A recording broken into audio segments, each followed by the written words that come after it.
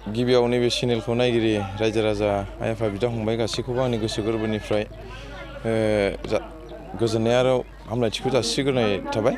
आरो दिनै आङो मोनसे थांखि लानानै आं बे खामानिखौ मावफैदों। बे थांखियानो जाहैबाय रायजो राजाया दिनै गोबां दुखुआव बा माबा मोनसे प्रग्रामावहाय गाननो जोमनो थाखाय बा गैयै मानसिफ्रा दुखुथिया हरिया मानसिफ्रा मोनसे बुस्थु फिसाखौनो बायनो हायि गोबां दङ।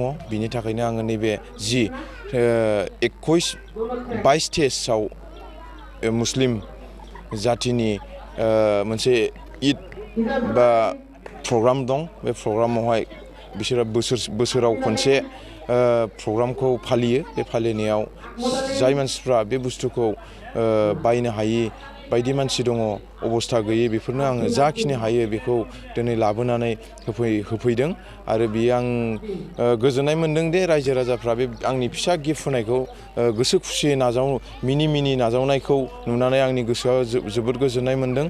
आरो बिदिनो गोबां रायजो राजाफ्रा बिदिनो दुखुआव गोलैनानै सोरबा माबा मोनसे गाननो जोमनो थाखाय बेफोरबायदि खस्थ'आव थायो। दिनै बेफोरखौ जाहाथे रायजो राजाफ्राबो गोसो दुंनानै आंनिफ्राय रासिन जाहाथे बिथांमोना सोरबा गोसो गुदुं जानानै जाहाथे रायजो राजाजों लोगोसे सहायगिथाया थालायलायो, बेखौ आं खावलायदों। आरो मोनसे खोथाया बेनो जे जोङो गासैबो जाथिजोंनो जों मिलायनानै थानो रोंनांगोन। मानो होनना बुङोबा जों बर' होननानै बर'जोंल' मिलायबा जानाय नङा। गासैबो जाथियानो एखे। जोङो भाषायाल' बेलेग, खिन्थु जेब्ला जोङो थैनानै थांखांनायनि उनाव जोङो मोनसे हाखरावनो जोङो हा सिङाव फबजागोन आरो मोनसे अरावनो जोङो सावजागोन। आरो बे बुस्थुखौ लानानैहाय दिनै आङो गासैबो जाथिफोरजों थांनानै आङो मिलायनानै दिनै आं थानो लुबैनाय हिसाबै आङो मुस्लिम हक, राजबंसि हक, सोरबा बेंगलि हक, सोरबा बर' हक, सावथाल हक, गासैजोंबो आङो लोगो लोब्बा थानानै बे खामानिखौ आं मावगासिनो आरो। खयजननो होनाय जादों आरो मा बुस्थु होनाय जादों? दिनै बेवहाय फ्राय महिलाफोरनि थाखाय आङो 150थासो जादों। आरो बोराइसा जाय मानसिफ्रा बिफानि समान बैसोनि, बिसोरनो जाय मानसिफ्रा बायनानै गाननो हायि मानसिफोर दङ, बेफोरनो आङो हौवाफोरनो आङो 100 सामथिं होनाय जादों आरो। मा बुस्थु? सारि, बेजों लोगोसे लङि होनाय जादों। जाय बुस्थुखौ सरकारा मावनांगौ खामानिखौबो नोंथाङा मावगासिनो, रायजो राजाफोरनि खुगायाव नोंथांनि बाथ्रा बेरखांबाय थागासिनो, दासिमबो नोंथाङा मा मावलांबावनो सानो फैगौ समाव आरोबाव? नंगौ, दिनै गोबां मानसिफ्रा बिदिनो आंनाव कुइसन खालामो आरो आंनाव फनबो बुयो। दिनै बेनो, मानसि मावनो हायि जेबो गैया। दिनै सोरबा बायदिया गावनि लाबालाबनि थाखाय, गावनि उदैनि थाखाय गासैबो धोन सम्पतिखौ बुथुमो। दिनै गावनिफ्राय दंनाय खिनिखौ जुदि बयजोंबो रानलायनानै जायोबा, आरो बेयाव जुदि सोरबा बायदिया जुदि उसुबिदा माबा मोनसे बिपदाव गोग्लैदोंब्ला, बेयावहाय सहाय होनायाव मालाबाबो नुकसान आरो खहा गैया। आरो आङो प्रेक्टिकेलि आङो गावनो बुंनो हायो जे आङो बै समाव जेब्लानाखि उन्दै सममोन, बेनिफ्राय आङो ससियेल वार्कार माखासे खामानिखौ आं मावोमोन। दिनै आङो देरनायजों लोगोसे, समजों लोगोसे आङो बेफोरबायदि खामानि मावनायाव दिनै आवगायलांबाय थानो हादों। आरो रायजो राजाफ्रा आंखौ ओरैबायदि बुङो जे माबा मोनसे थांखि दं नामा होननानै, नाथाय आं माबा मोनसे राजनितिकनि बेलायाव बा सोरखौबा लाजि फोनांनो थाखाय आं बे खामानिखौ मावा। नाथाय आङो मानसिजों मानसि सोमोन्दो लालायनांगौ।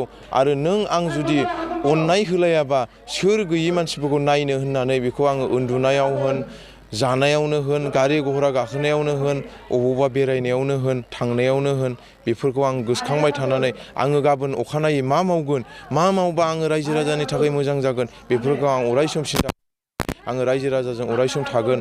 आरो आंनि बे खामानि मावनाया अरायसम मावलांबाय थागोन। आं थैजासिम आं ससियेल वार्कार खामानि मावनानै, रायजो राजानि मावनानै, सानसे समाव आं थैनानै थांब्लाबो आंनि हिस्ट'रि बायदि जाना थागोन होननानै आङो रायजो राजानि मिजिंथिनाय, आरो आं बेखौनो बुङो आरो। মই ক'বলৈ গ'লে সৰগৰ জখলা দান প্ৰতিদানৰ মাজেৰেই পোৱা যায়।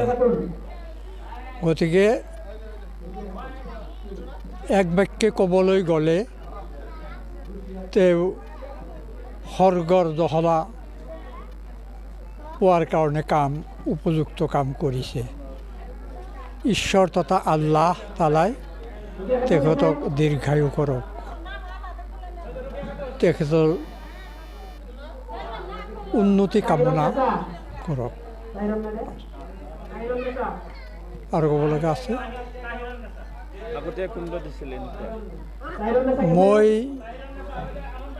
মোৰ 81 বছৰ বয়স হৈছে ৰানিং। ইয়াৰ ভিতৰত NGOৰ পৰা দিছিল কেতিয়াবা, কিন্তু ব্যক্তিগত হিচাপে দেৱা মই দেখা নাই। এই প্ৰথম দেখিলোঁ মোৰ 81 বছৰ বয়সত।